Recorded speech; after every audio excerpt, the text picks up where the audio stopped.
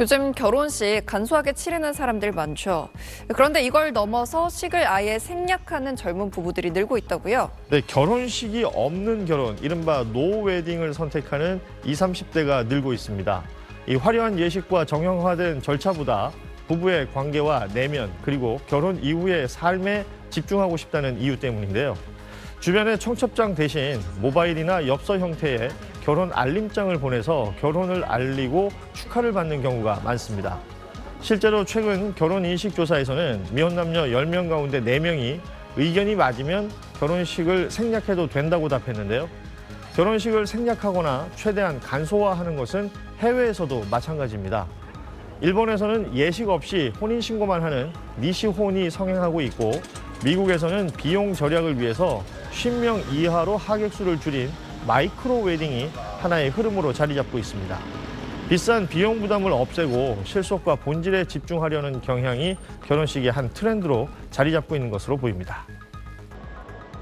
결혼을 앞둔 청년 세대의 프로포즈가 달라지고 있습니다. 이제는 단순한 청혼이 아니라 호텔과 명품 브랜드가 빠지지 않는 하나의 사치 의뢰로 굳어지고 있는 것으로 분석됐습니다. 성신여대 양수진 교수연구팀은 최근 인스타그램에 올라온 프로포즈 게시물 128건을 분석했습니다. 프로포즈 장소로는 호텔이 압도적으로 많았습니다.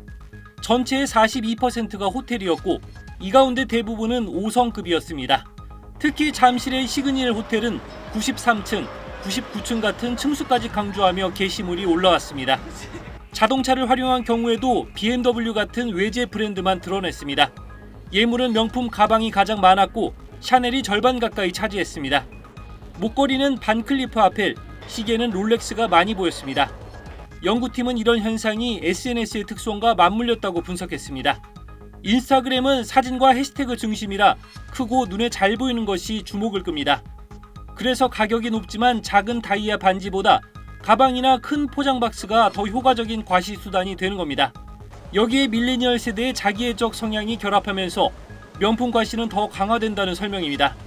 하나금융연구소 조사에 따르면 최근 3년 내 결혼한 신혼부부의 평균 결혼 비용은 약 2억 원, 예비 부부가 예상하는 비용은 2억 3천만 원에 달했습니다. 연애와 결혼, 출산을 포기한다는 삼포 세대가 나온 현실에서 이런 사치성 의뢰는 청년층에 불필요한 부담이 된다는 지적이 나옵니다.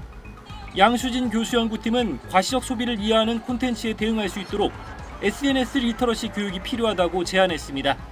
또 사회초년생과 예비 부부가 재무적 안전성을 확보할 수 있는 공공 차원의 결혼준비 교육 정책을 도입해야 한다고 강조했습니다. SBS 인트입니다.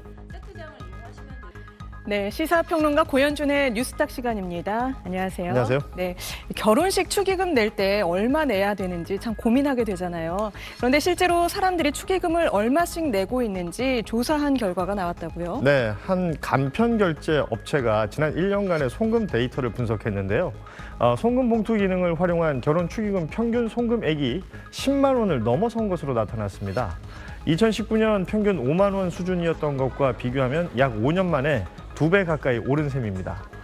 축의금이 오른 배경으로는 결혼식 비용 상승이 꼽히는데요.